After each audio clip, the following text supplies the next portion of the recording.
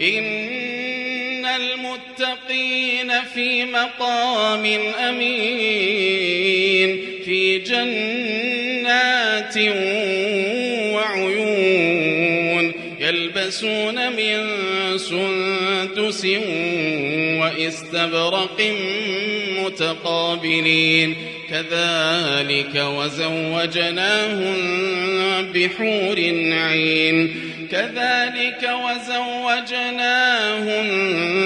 بحور عين يدعون فيها بكل فاكهة آمنين لا يذوقون فيها الموت إلا الموتة الأولى ووقاهم عذاب الجحيم فضلا